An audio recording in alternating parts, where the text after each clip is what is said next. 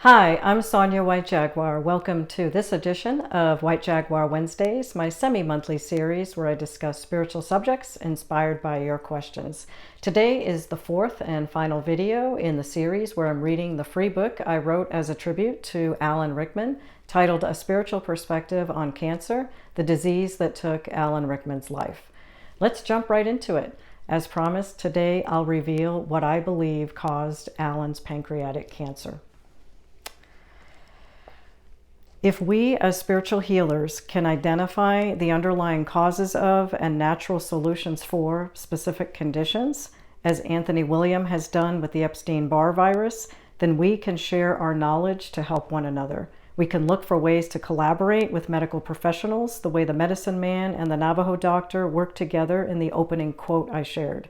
We can push for more research into other probable causes of cancer, like viral infections. Now I'd like to return to pancreatic cancer and share what I've learned from Alan. According to Madly Deeply, the Diaries of Alan Rickman, published in 2022, the actor learned he had pancreatic cancer in July 2015. His entries document that he began chemotherapy while preparing to move to a new home. I admire him for continuing to live his life and make plans for the future. I don't think he realized how quickly his health would deteriorate. Alan's widow, Rima Horton, wrote the afterword for the diaries. In it, she shared a moving account of the end of her husband's life. Quote, Alan's last diary entry was on 12 December 2015, but he had been getting weaker and writing less for some time. All through the autumn, he had been getting more tired, eating less, and often feeling sick. But we continued to do most of the things that had always been part of our life. We saw films and plays, met friends, went out to dinner, or entertained at home. And Alan still did some work, although the film projects that he had been attached to had to be abandoned. He went downhill after that. By mid-December, it was clear that things were getting bad. He was often in pain, very weak, and sleeping a lot. We both knew that he probably had months rather than years, but still hoped that the chemotherapy would work and maybe stabilize the tumor. So we continued with plans for Christmas and New Year. By 19 December, I was convinced that Alan needed to be in hospital, and he was admitted the following morning. He never left the hospital after that. He was surrounded by people who loved him, and up until 13 January was still in control of everything that was going on around him. But he wasn't there after that, and he died at 9:15 in the morning of 14 January 2016. I was there. He wasn't in pain. He just went. Alan had 6 months between diagnosis and death, which is typical for pancreatic cancer, where the average is 3 months, because there is currently no diagnostic test and the symptoms are so nonspecific. I have become a trustee of Pancreatic Cancer UK in the hope that we can raise money to fund research to develop the diagnostic testing that might have saved Alan's life, unquote. As Horton said, the symptoms of this disease are difficult to attribute specifically to pancreatic cancer, and it's often diagnosed in later stages when it's more difficult to treat.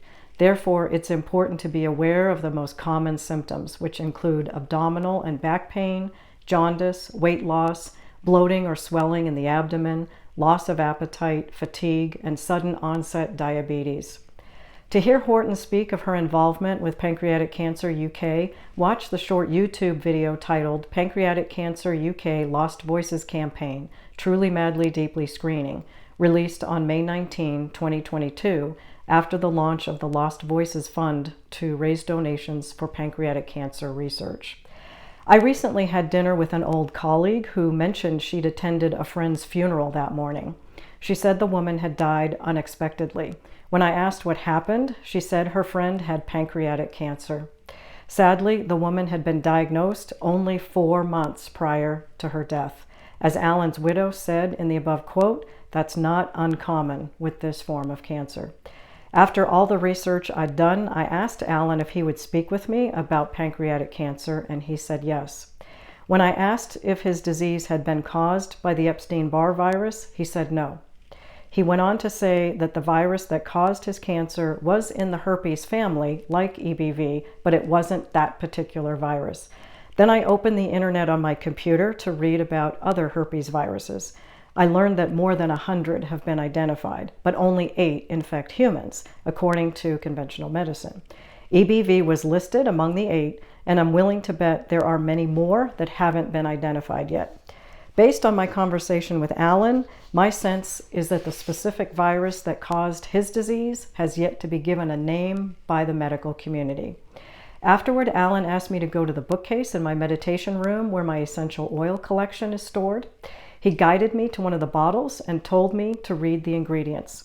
The bottle contains a blend of 6 oils, and as I read the list, my eyes fixed on 2 in the cinnamomum family, cassia and cinnamon. I felt that these were the ingredients Alan wanted me to identify.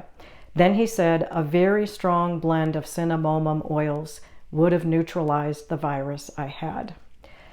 I don't know how many types of pancreatic cancer may be caused by the virus behind Alan's disease. Clinical testing is required. Nevertheless, I've learned something from Alan that could be helpful in the fight against this awful disease. Like the medicine man who instructed the Navajo doctor to look to the mouse, and Anthony William who says to look to Epstein-Barr, I say to those studying pancreatic cancer, look to the family of herpes viruses. I'd like to add one more point. I did sense that Alan had a form of EBV, as most of us do, according to Anthony William. I investigated that possibility further after reading Alan's diaries. I didn't know that Alan had been diagnosed with some common skin conditions until I read that book. He made the following diary entry on May 1, 1998. Quote, off I trot to 3 p.m. appointment. Doctor promptly informs me I have rosacea, psoriasis, and acne, and here are your prescriptions for these unget-riddable ailments. Great, unquote. Alan complained about skin issues in later entries as well, so my curiosity led me to talk with him about it. Afterward, I felt confident that Epstein-Barr was the cause of his skin conditions. My sense is that cilantro oil would have killed the strain of EBV he had. If he had eradicated the virus, I believe his skin would have cleared up. So I conclude that skin conditions like Alan's can be due to EBV or a similar infection. In Medical Medium, Anthony William explains that pathogens can hide in the body for years and exhibit no symptoms before disease manifests. While working with Alan, I sensed that he had contracted the virus that led to pancreatic cancer more than a decade before his death. So I believe it's important to do herbal and essential oil-based cleanses on a regular basis. Flushing out the toxins, viruses, and other pathogens that may be lurking could help to prevent serious health conditions later. As a side note, I'd like to acknowledge here that Alan was a cancer survivor before he contracted pancreatic cancer. Alan wrote in his diaries about having prostate cancer 10 years before his death. So I asked him if that had caused his later cancer or was related in some way, and he answered with a firm no. He said they're 2 different diseases with 2 different causes. When I asked him for more information about prostate cancer, he said he wasn't ready to discuss it yet, but he would when the time was right. Even though Alan is in the higher dimension and no longer in physical pain, these experiences were hard on him and still bring up strong emotions. Talking about them is difficult for him. I respect that, so I don't push him. I trust that he'll share when he's ready. Stay tuned for further insight. The last point I'd like to make is regarding the role that emotions play in our health. In From Actor to Healer, Alan Rickman's New Life as a Spirit Guide, Book 1, I wrote about the lessons Alan told me he'd learned from cancer in this life. He spoke about unresolved emotions he'd carried for years, specifically grief and judgment. Recently, I did a spiritual healing session with a woman who'd been diagnosed with Hashimoto's like me. She told me she'd suffered from a litany of mystery symptoms as described by Anthony William, and she bounced from doctor to doctor as no one could give her a diagnosis. Only after researching her symptoms on the internet and handing the list to a doctor did she finally receive the diagnosis of Hashimoto's. She further explained to me that her symptoms began after entertaining second thoughts about her chosen profession. Her job was causing her to feel anxiety and overwhelm, and she feared she'd chosen the wrong profession. She was at a crossroads, and she didn't know what to do. Suffice to say, I told her about my experience with Hashimoto's and how I healed. My sense during our session was that the trauma of her emotional conflict had triggered her physical illness. I observed this in my situation as well. I was diagnosed with Hashimoto's soon after the pandemic was declared, live events were canceled, and I lost my job in the convention industry where I'd worked for 24 years. In book 2, I explained how shocking that experience was, and it led to bouts of anxiety. I believe the Epstein-Barr virus had been living in my body for years, exhibiting no symptoms before that traumatic event. Until that time, my immune system had probably kept the virus at bay. Then the emotional upset disrupted my immune system, thereby freeing the virus to attack my thyroid. So I can't overemphasize how important it is to recognize emotional trauma as a possible trigger for the development of diseases like cancer. It's the immune system's job to keep us healthy. If that system gets weakened, viruses and other microbes living in our body then have an opportunity to flare up and make us sick. I believe that's what happened to Alan. The virus that eventually caused his pancreatic cancer may have been kept in check for years by his immune system until his body was weakened due to his age, his demanding lifestyle, previous illnesses, unresolved emotions like he told me, or a combination of these factors. So I hope what I've shared in this book has made you keenly aware that we must take responsibility for our own health. Our medical system has severe limitations. We must develop our intuition so we can do as much as we can to heal ourselves. And if you donate to cancer organizations, press them to put more research into viruses. Now I'll close with a parting comment from Alan. I want you all to know how much I appreciate your love for me and your sadness that I got sick and died from cancer. It seems like such a long time ago now, although I remember it all in crisp detail. My death is far behind me, and I see with new eyes. I don't want you to worry. Things are changing. I have very little to add to what Sonya has written.